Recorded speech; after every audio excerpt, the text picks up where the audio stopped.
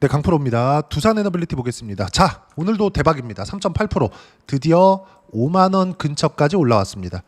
시장이 상당히 좋습니다. 대선 이후에 시장이 좋아지는 그 영향도 받고 있는 것도 사실이에요. 근데 우리가 여기서 봐야 되는 부분은 철저하게 미국이다. 그리고 아직까지도 체코 원전 관련돼서 이야기를 하시는 분들이 있는데, 체코 원전 관련돼서 제가 다시 한번 내용 딱 정리해서 말씀드릴게요. 제가 체코 원전 관련돼서 또는 유럽 쪽으로 진출하는 것, 요것보다 더 중요한 거, 이거 다 합친 것보다 미국이 훨씬 더 크다. 그리고 미국에서는 두산만큼 싸게 원전을 지을 수 있는 기업이 없습니다. 절대 없어요. 아무리 보조금을 받는다고 하더라도 절대 그런 기업이 존재하지 않는다. 그럴 것 같았으면 웨스팅하우스가 애초에 신경도 쓰지 않던 APL 1000이나 이런 부분들에 뭐 붙어서 뭐 싸우고 이런 부분들이 없었을 거예요. 무슨 얘기냐? 지금 두산 에너빌리티의 시세를 막을 수 있는 방법은 없다. 하지만 항상 말씀드리죠. 우리는 최고점을 못 잡고요.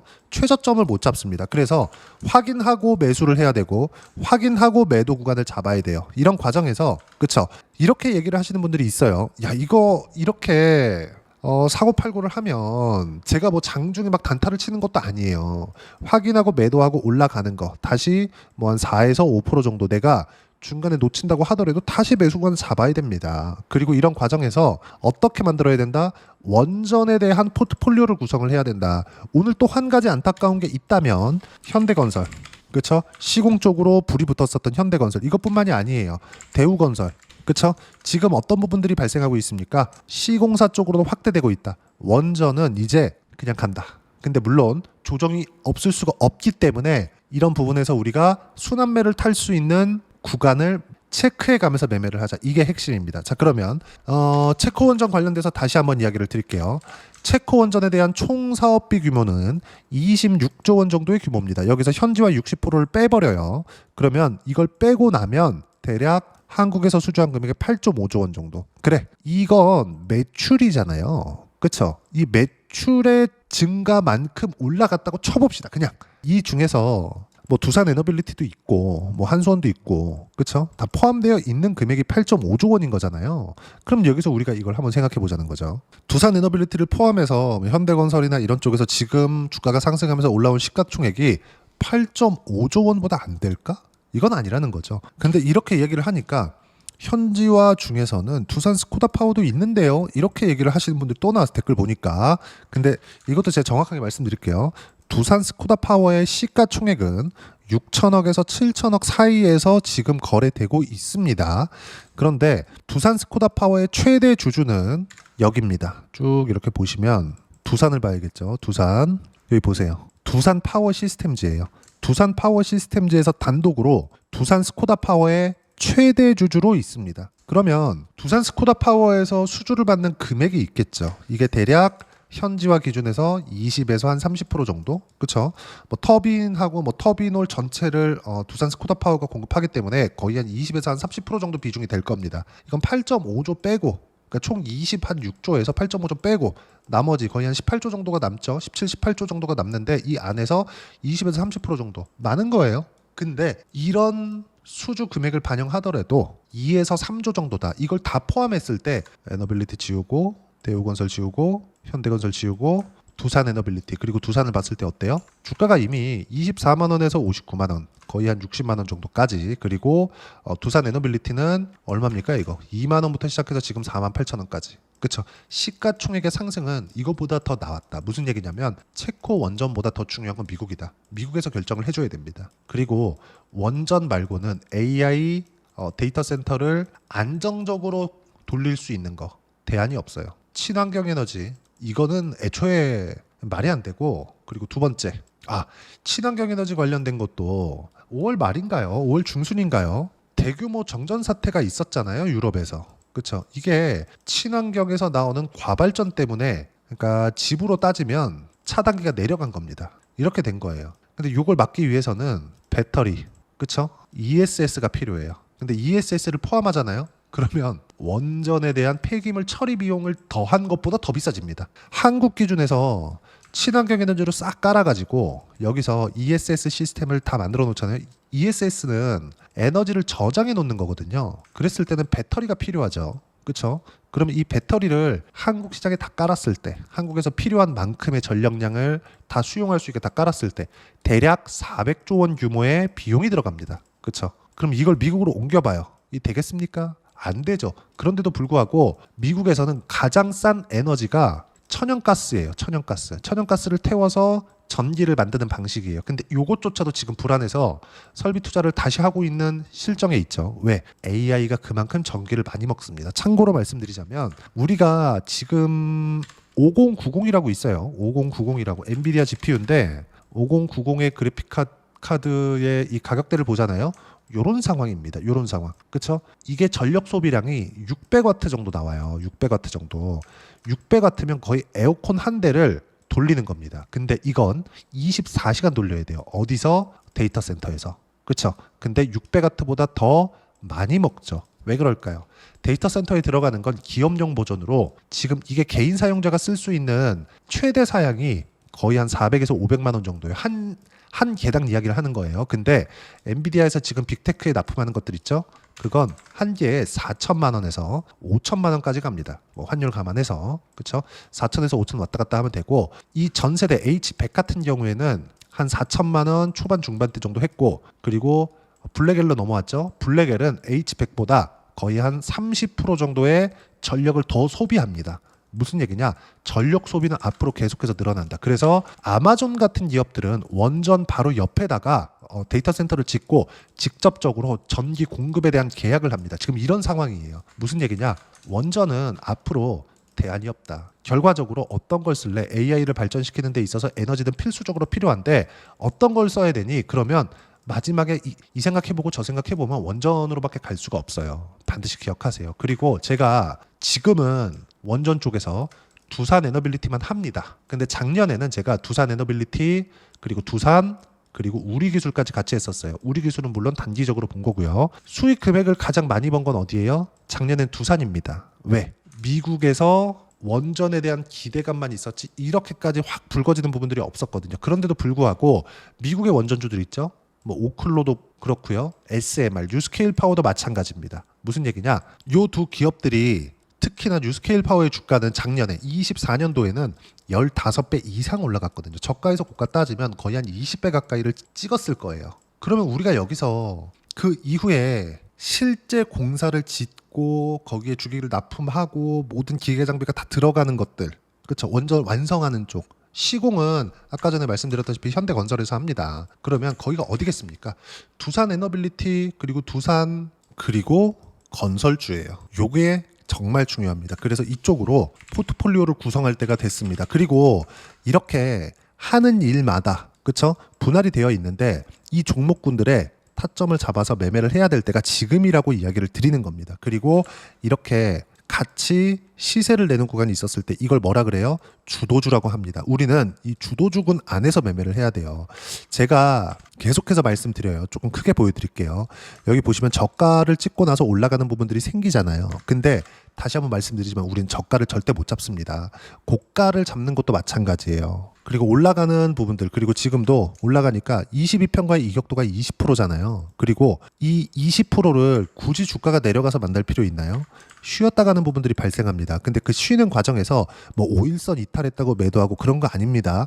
매물 소화를 어떻게 받는지 이런 것들이 한 8%씩 빠지는 거 이게 갑자기 한 방 딱 나오잖아요. 그럼 어쩔 수 없이 팔아야 됩니다. 무조건 팔아야 돼요. 제가 계속 말씀드리잖아요. 저가와 고가를 내가 애초에 잡을 생각을 하지 말자. 근데 원전은 당연히 앞으로 시세가 나올 수밖에 없는 구조를 갖춰주고 있다. 그리고 그 근거로 두산에너빌리티의 상승도 이미 시장이 안 좋을 때부터 신고가를 찍고 추가적인 시세가 만들어지고 있고 그리고 한국에서 대선이 끝나고 나서 정치적인 불확실성이 해소되고 나니까 또 강한 종목군들이 오르잖아요. 최근에 원전 관련된 내용들이 있나요? 그리고 유상증자 루머가 계속해서 나오는데 유상증자 관련돼서도 전혀 생각하실 필요가 없는 게 예를 들어서 그래요. 한화 에어로스페이스 같은 그렇죠? 한국에서 가장 큰 유상증자 그렇죠? 과거에 삼성전자의 유상증자 규모보다 훨씬 더 큽니다. 이때 첫 번째 발표됐었던 게 3조 6천억 정도였어요. 근데 이 뒷자리 까고 2조 9천억의 유상증자를 했습니다.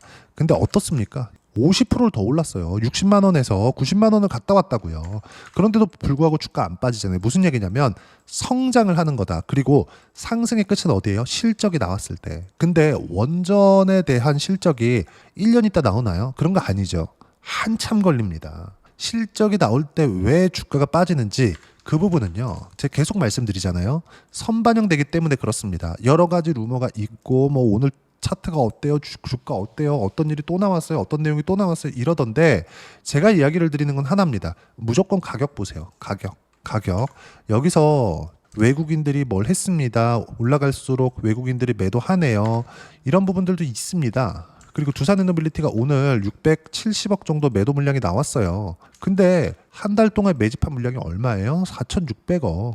그쵸? 무슨 얘기냐? 4,600억을 매수를 했는데 매도 물량이 조금 나온다고 해서 이게 뭐 추세가 끝나고 뭐 박살나나요? 그래, 설령 추세가 끝난다고 하더라도 이 추세를 다시 망가뜨리는 데까지는 못해도 2달은 걸립니다. 그쵸? 그래서 우리가 정확하게 고점 잡고 강프로가 팔았다는데 주가 다시 올라가네 이런 게 아니라 저는 이 구간에서 잡을 수 있는 상황을 다시 만드는 겁니다. 이 구간에서 내가 4에서 5% 정도 그쵸? 손실이 아니죠. 어차피 저는 60%대 수익 구간을 여기서 만들어내고 지금 추가적으로 더 올라갔잖아요. 그러면 제가 30% 남아있는 물량이 있었기 때문에 애초에 한 70% 정도 수익 구간을 만들어냈었던 겁니다. 지금까지도요. 지금 보유하고 있으니까. 이 부분에 대해서 이야기를 드리는 거예요. 근데 여기서 내가 리스크 관리, 위험 관리를 하기 위해서 그리고 관련돼 있는 종목군들이 계속 치고 달리잖아요. 현대건설이나 이런 쪽들. 그렇죠?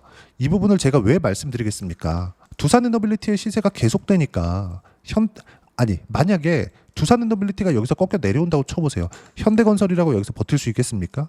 그리고 오늘 두산에너빌리티가 3.5% 상승을 했지만 현대건설이 안 올라간 거. 이격 조정 끝나잖아요. 그러면 두산에너빌리티를 보유하고 있으면서 현대건설로 우리가 남아있는 자금들을 타점을 잡아서 매매했을 때 초과 수익을 얻을 수도 있는 거예요. 한쪽에 몰빵해서 만약에 이게 잘못될 리 지금은 없다고 생각합니다. 저는 두산에너빌리티가 30만 원을 넘어간다고 생각합니다. 근데 이 30만 원을 넘어가는 과정이 절대로 5월 달에 나왔었던 것처럼 이렇게 순탄하게 흘러가지는 않을 거래요. 조정 분명히 필요하다고요. 작년이 아니라 지난 금요일 날 한번 보세요. 지난 금요일 날 제가 뭐라 그랬습니까? 미증시 어떤 형태로든 조정하면 줄 거예요. 근데 이거 지난 목요일이죠. 와, 설마 트럼프하고 머스크가 거의 그냥 만났으면 멱살 잡고 싸우는 정도였잖아요.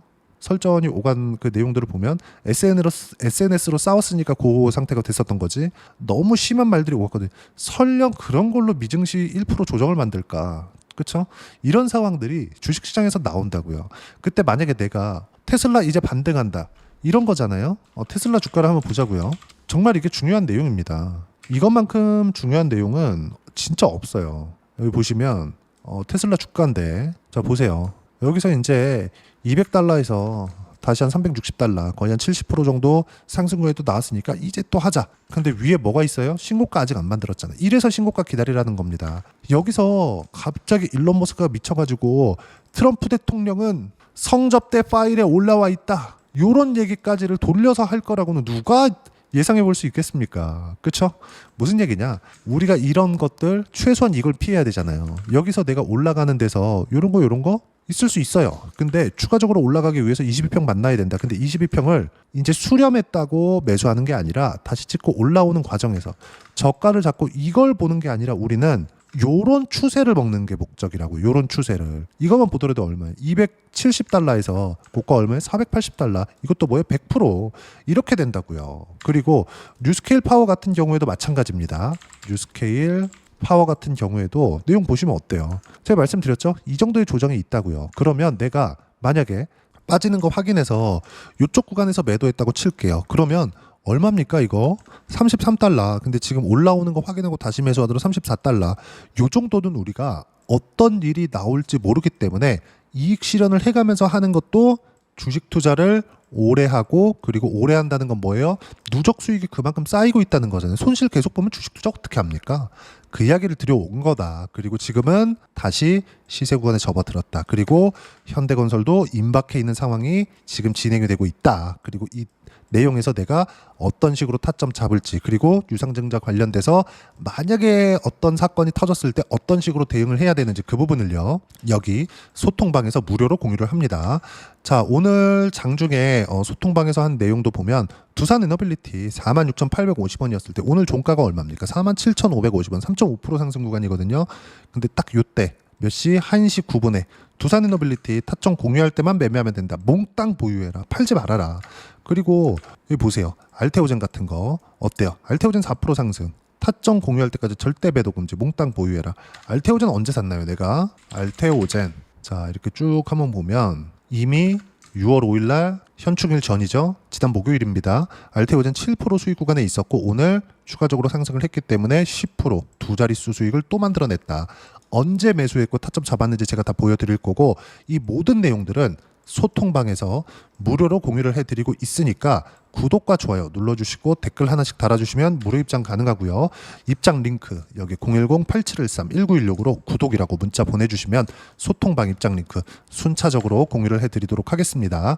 자, 그리고 쭉 보시면 항상 이야기 드리죠. 주도주 한국, 미국 시장 모두 조정받아도 크지 않다. 계속 말씀드렸습니다. 근데 지금 어때요? 시장 엄청 좋죠? 근데 거기서 삼성전자가 반등하는데도 불구하고 삼성전자와 하이닉스 반도체 쪽으로 수급이 몰려 들어가거든요. 두산에너빌리티가 아무리 많이 지금 올라왔다고 하더라도 삼성전자의 10분의 1도 안 됩니다. 반드시 이 부분들 기억하세요. 삼성전자는 지금 300조에서 다시 올라와가지고 거의 한 350조, 400조 가까이 되어 있거든요. 그러면 아직까지도 두산에너빌리티가 코스피에 주는 영향력은 삼성전자, 하이닉스에 비교할 바가 못 돼요. 자, 그러면 시장 기준에서 봤을 때 시장이 올라간다는 건 삼성전자와 하이닉스가 올라가고 있다는 거고, 이랬을 때 두산에너빌리티는 최소한의 조정을 받아야 되는 게 맞기는 맞습니다. 근데 그런 거 봤나요? 안 봤잖아요. 주도주니까 그런 겁니다. 그리고 이 모든 내용들 소통방에서 이야기를 드리고 구독과 좋아요 눌러주시면 무료 입장 되니까 입장 방법 확인해서 들어오시면 됩니다. 자, 그리고 소통방에서 진행하는 내용 똑같이 매매를 했을 때 어느 정도까지 수익 구간 만들어낼 수 있는지 조회를 눌러가면서 보여드릴게요. DI 같은 거 보세요. 반도체 강할 때 삼성전자 HBM 장비를 납품한다는 기대감, 그랬을 때 신고가 수익 어때요? 두 자릿수 25, 14% 계속해서 수익 구간 나오죠. 뭐 최근에 보더라도 마찬가지, ABL 바이오 같은 경우에 보더라도 마찬가지예요. 매도 어때요? 70%대까지 수익 구간 만들어내죠. 이런 상황들이 계속 터진다는 겁니다. 반드시 기억하세요. 그리고 뭐 다른 거를 하나 보더라도 뭐 두산 에너빌리티 작년에 매매한 거 보여드릴게요. 그쵸? 또 어떤 일이 벌어졌다? 67% 수익에서 추가적으로 계속해서 매수 다시 했는데 다시 수익 구간을 만들어내고 있다. 그러면 작년에 24년도 5월과 6월 달에 정확하게 제가 딱 요때 언제입니까 이거? 6월 초부터 두산에너빌리티 매매하기 시작했죠. 그리고 여기서 매도 한번 하고 한 번 더 매매를 안 했다가 올라오는 부분 확인하고 매수권 또 잡았습니다. 그럼 24년도에는 어떻게 됐었느냐? 두산을 보면 됩니다. 보세요. 5월 달부터 뭘 샀어요? 두산을 샀죠. 그렇죠? 그리고 나서 지금은 두산을 못 샀어요. 두산 에너빌리티가 너무 이 매력적으로 올라오고 있었고 시장보다 훨씬 더 강한 움직임, 그리고 탄탄한 수급을 뒷받침하고 있었기 때문에 매매하기가 더 편합니다. 두산보다. 그리고 저는 앞으로 2년 3년 장기 보유할 생각이 없거든요. 매매하는 과정에서 저는 계속해서 치고받고를 한다는 게 올라갈 때마다 뭐 단타를 치고 이런 거 아니에요. 단지 딱 구간별로 상승 추세가 만들어졌을 때는 보유를 하면서 갑니다. 그 부분에 대해서 이야기를 드리는 거예요. 근데 그러기에는 지금 당장에는 두산 에너빌리티의 매매가 훨씬 편하다. 그러면 작년에 보세요. 두산 같은 경우 몇 프로 수익 냈나요? 14.7%. 언제? 5월 23일 날. 그렇죠? 그럼 6월 초부터 뭐 했어요? 두산 에너빌리티. 그리고 나서 우리기술 같은 경우도 마찬가지입니다. 자, 내용 보시면 어때요? 신고가 이후에 매매한 결과 23%. 5월 29일이잖아요. 자, 그리고 요거랑 똑같이 매매한 게 하나오션입니다. 자, 내용 보시면 어때요? 요 구간에서 매매했죠? 올해 1월과 2월 달 수익 어때요? 57%. 언제예요? 2월 5일 날. 그 이후에 볼까요? 삼성중공업. 이렇게 순환매를 타잖아요. 이렇게. 그쵸? 어때요? 17% 수익 3월 달. 그쵸? 언제 매수했어요? 2월 6일 날. 이렇게 된다고요. 반드시 기억을 하셔야 됩니다. 그리고 이 모든 내용들은 소통방에서 무료로 공유를 해드리고 있으니까 구독과 좋아요 눌러주시면 무료 입장 가능하고요. 입장 링크는 여기 010-8713-1916으로 구독이라고 문자 보내주시면 소통방 입장 링크 순차적으로 공유를 해드리도록 하겠습니다. 자, 그러면 이런 식으로 두 자릿수, 그것도 뭐 50%, 60%, 70%씩 이렇게 수익 구간을 만들어내기 위해서 내가 어떤 부분을 체크하고 판단해야 되는지 그 부분은요. 여기 두산 에너빌리티의 단기 보유 전략. 단기는 2주입니다. 2주 동안 어떻게 수익 구간을 만들어야 되는지, 즉 가격에 대한 이해가 필요하다는 거죠. 그래서 가격과 단기 보유 전략이고, 가격에 대한 부분이 이해가 되었을 때 주도주, 신고가 두 가지 내용에 대한 판단이 들 텐데 두 가지 내용 모두 무료로 공유를 해드리도록 할 테니까 구독과 좋아요 눌러주시고요.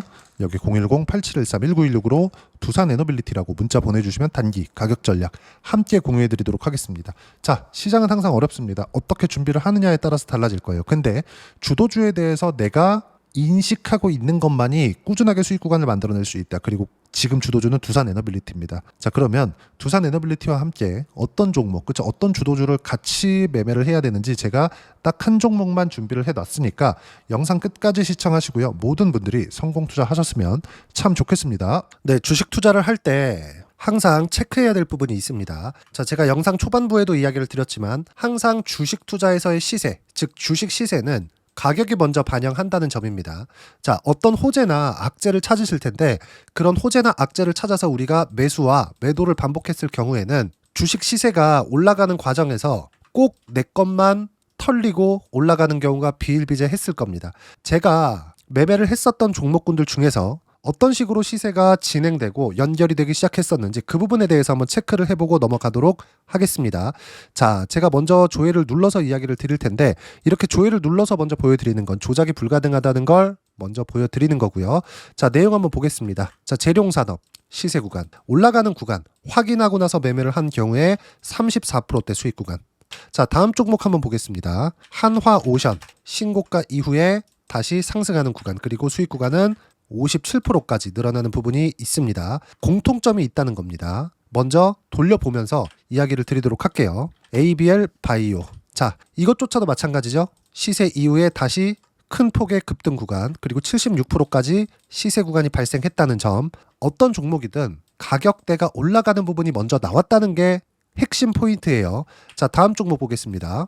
자, 자람 테크놀로지입니다. 어떻습니까? 이것조차도 마찬가지죠. 74.8%의 수익 구간을 냈는데 단 3일 걸렸습니다. 시세가 나왔었던 구간은 동일하게 신고가 이후에 발생했다는 점.